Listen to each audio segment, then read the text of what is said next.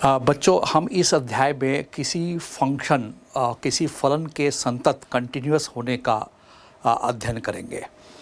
तो आप जानते हैं कि किसी फलन का यदि मैं संततता के बारे में, कंटिन्यूटी के बारे में जानना चाहता हूं, तो मैं यहाँ यही कहूँगा कि किसी फलन का यदि मैं ग्राफ, उसका आलेख इजीली फ्री हैंड में बिना पेन उठाए खींच सकता हूँ, तो वो फलन संतत कहलाता है।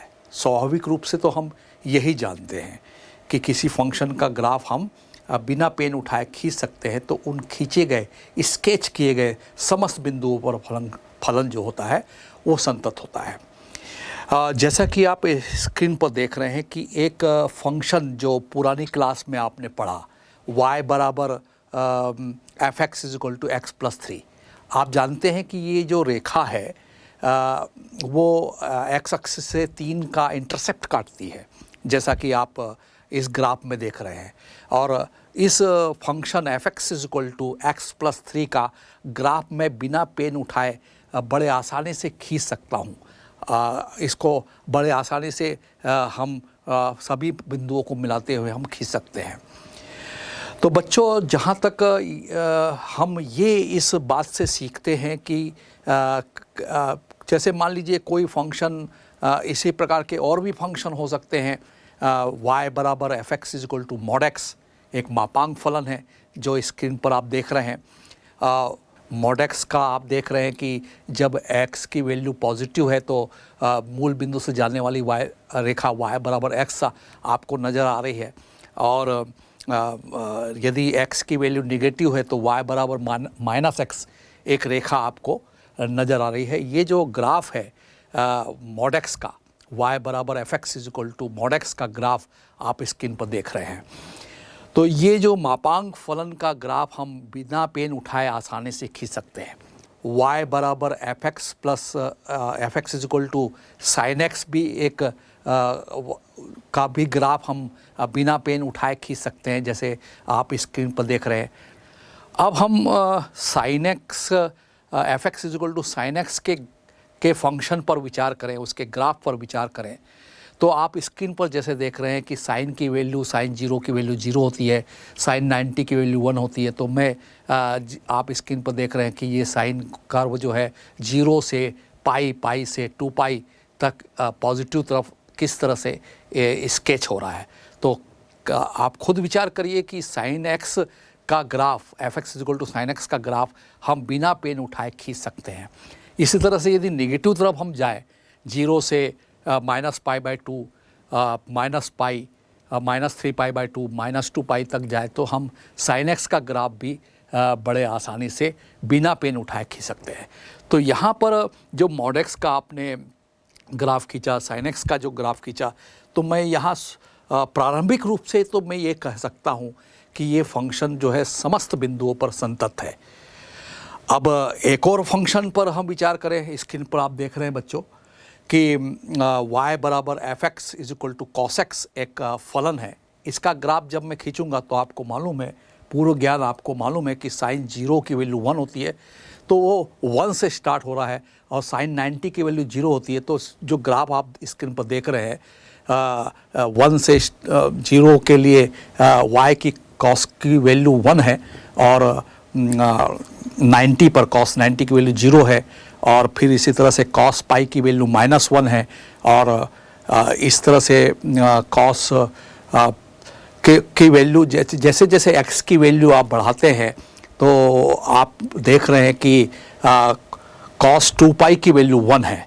इसी तरह से यदि मैं नेगेटिव तरफ जाऊं तो आप देख रहे हैं 0 की वैल्यू 1 है, और cos -90 माइनस पाई बाई 2 पर आप cos की वैल्यू 0 देख रहे हैं, और इसी तरह से cos पाई माइनस पाई पर वो इसकी वैल्यू आप देख रहे हैं कि -1 है, और इसी तरह से और भी आप देख रहे हैं कि cos 3 पाई बाई 2 की वैल्यू 0 है, और cos -2 पाई की वैल्यू 1 है। तो ग्राफ हम cos x का आप जो स्क्रीन पर देख रहे हैं हम खींच सकते हैं, और ये भी महसूस कर रहे होंगे आपको दिख भी रहा है एनिमेशन में कि cos x के ग्राफ को जब हम खींच रहे हैं तो पेन को हमें नहीं उठाना पड़ता। तो प्रारंभिक ज्ञान बच्चों आपको ये होता है कि किसी भी फंक्शन, जैसे आपने अभी देखा y बराबर एक्स प्लस 3, y बराबर मॉड एक्स, एफ एक्स बराबर साइन एक्स और एफ एक्स बराबर कॉस एक्स, ऐसे बहुत सारे फलन हो सकते हैं जिनका ग्राफ हम बिना पेन उठाए खींच सकते हैं। ये प्रारंभिक अवधारणा है। इनिशियल जब मैथमेटिशियन ने किसी फंक्शन के कंटिन्यूटी की बात सोची होगी तो इसी प्रकार से बच्चों सोचा होगा। अब जहाँ तक मैथमेटिकल इंटरप्रिटेशन की बात है, यदि मैं गणितीय रूप से आपको बताऊं तो स्क्रीन पर आप देख रहे हैं कि जैसे पहला एग्जाम्पल पर ही हम गौर करें कि f x is equal to x plus 3 आप देख रहे हैं। तो मैं मैथमेटिकल बात कर रहा हूँ क्योंकि आपने तो बिना पेन उठाए खींच लिया, तो उसको हमने कह दिया कि f x is equal to x plus 3 एक कंटिन्यूस फंक्शन है, संतत बिंदु है, संतत फलन है प्रत्येक बिंदु पर। लेकिन मैथमेटिकल बात पर यदि मैं विचार करूं तो जैसे मान लीजिए x बराबर a पर इसी फलन f x is equal to x plus 3 के कंटिन्यूटी की मैं जांच करना चाहता हूं, तो मुझे x बराबर a पर function f x is equal to x plus 3 का लेफ्ट हैंड लिमिट निकालना पड़ेगा, बाई ओर की लिमिट निकालना पड़ेगा। और x बराबर इसी बिंदु पर, x बराबर a पर हम बात कर रहे हैं बच्चों, तो x बराबर a पर f x is equal to x plus 3 का मुझे राइट हैंड लिमिट निकालना पड़ेगा। और इसी function f x is equal to x plus 3 का x बराबर a पर फलन का मान एफ ए निकालना पड़ेगा। तो y बराबर f x is equal to x plus 3 देख रहे हैं आप बच्चों, तो निश्चित रूप से एफ ऑफ ए फंक्शन का मान x बराबर a बिंदु पर a प्लस 3 दिखाई दे रहा है।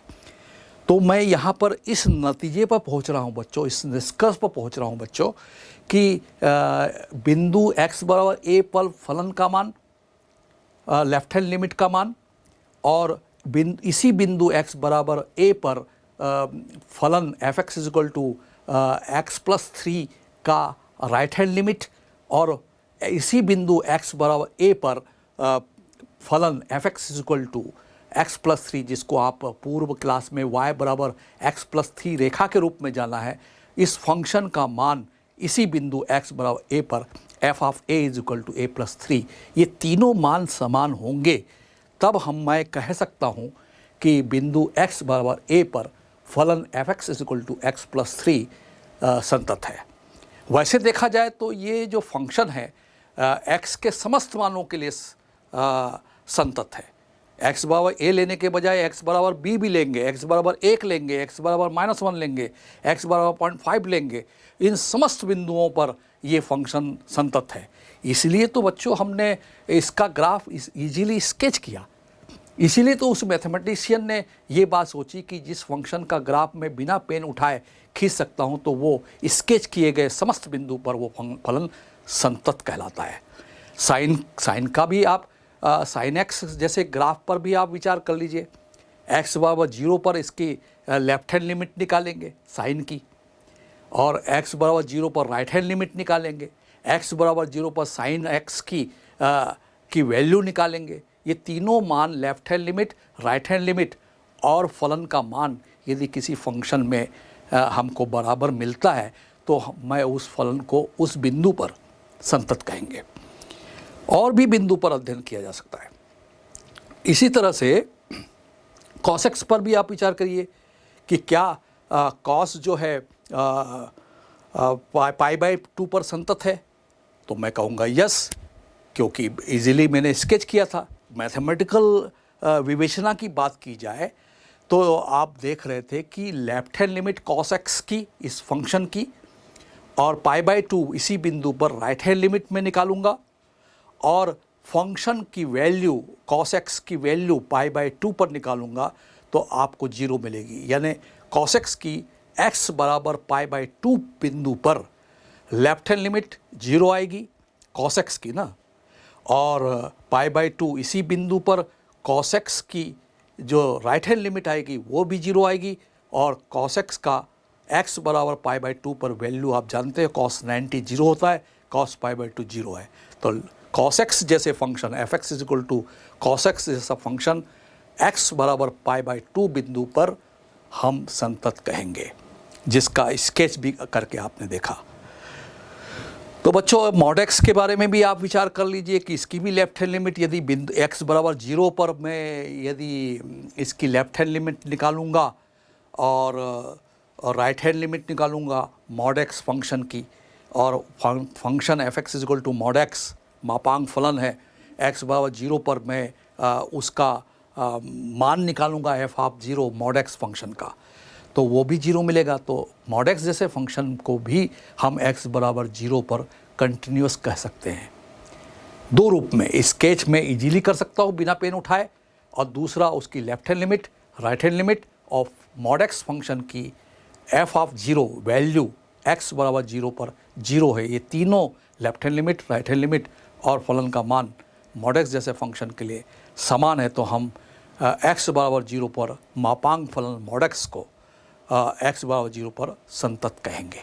बच्चों और अब नए कंसेप्ट की बात हम करें कि जैसे मान लो मेरे पास दो फंक्शन है f और g, ये रियल वैल्यूड फंक्शन है f और g, और ये x के वास्तविक मानों पर इस फंक्शन के डोमेन के सभी बिंदुओं पर ये संतत है। तो आप हमेशा ध्यान रखिए कि यदि f और g दो फलन x के सभी वास्तविक मान के लिए सभी बिंदुओं पर संतत है, तो उनका योग f प्लस g भी उन बिंदुओं पर संतत होगा। f और g संतत है तो f प्लस g उनका योग जो है वो भी संतत होगा। उनका अंतर f माइनस g होगा, वो भी उसी बिंदु पर सभी बिंदु पर संतत होगा, क्योंकि f और g सभी बिंदु x के सभी डोमेन के सभी बिंदु वास्तविक मान पर वो संतत है। और यदि मैं इनका गुणा कर दूं, उनका प्रोडक्ट कर दूं, तो f इंटू जी भी संतत होगा समस्त बिंदुओं पर। क्यों? क्योंकि मुझे दिया है कि f और g जो है वो संतत है x के पूरे रियल वैल्यू पर, जो डोमेन का मान है। अब विचार करिए बच्चों कि यदि इस फलन का जो f और g है और x के सभी वास्तविक मान पर वो संतत है, कंटिन्यूअस है, तो क्या उनका रेशो, उनका अनुपात f अपॉन g संतत होगा? एग्जाम्पल के लिए लीजिए कि f मान लीजिए sin x है। मैंने बताया x अभी आपको पूर्व ग्राफ में मैंने क्लियर किया कि sin x एक कंटिन्यूअस फंक्शन है, cos x एक कंटिन्यूअस फंक्शन है। तो मान लीजिए f बराबर f x is equal to sine x है और जी एक्स बराबर cos x है, तो f अपॉन g क्या होगा बच्चों? f अपॉन g होगा sine upon cos, sine x upon cos यानी tan। तो आपको मालूम है कि cos x की वैल्यू जो अंश बटे हर है, cos की वैल्यू 0 नहीं होना चाहिए। तो 0 किन बिंदुओं पर हो रहा है cos? थोड़ा विचार करिए। cos 90, cos 3 पाई बाई 2 या माइनस में लें, तो इस प्रकार से x बराबर 2n प्लस 1 पाई बाई 2 पर f अपॉन g संतत नहीं होगा, बाकी समस्त बिंदुओं पर संतत होगा।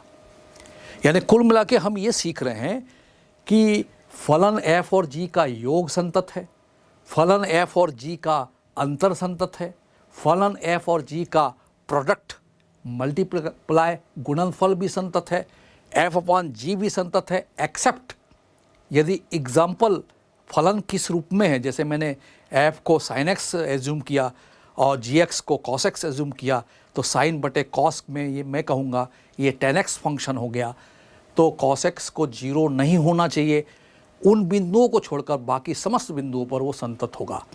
जैसे x बराबर 2n प्लस 1 पाई बाई 2 पर मैंने आपको बताया। उल्टा ले लीजिए, मान लीजिए एफ एक्स cos x हो जाए और जी एक्स जो फंक्शन है वो sin x हो जाए, तो cos बटे साइन, तो cos बटे साइन अंश बटे हर की स्थिति में साइन को 0 नहीं होना चाहिए, अदरवाइज ये फंक्शन अनडिटरमाइंड फॉर्म में हो जाएगा।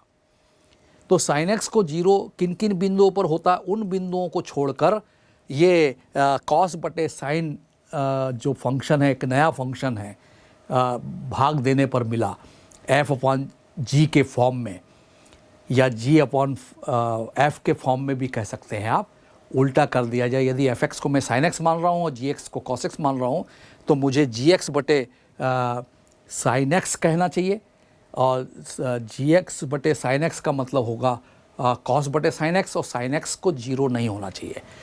तो साइन एक्स किन किन बिंदुओं पर बच्चों ये जीरो हो रहा है, तो आपको मालूम है साइन जीरो जीरो होता है, साइन पाई जीरो होता है, साइन 2 पाई जीरो होता है, और माइनस में भी माइनस पाई जीरो होता है, माइनस 2 पाई जीरो होता है।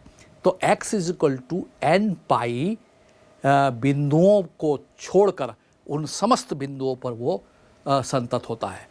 x बराबर 2 एन पाई बिंदु पर वो संतत नहीं होता है।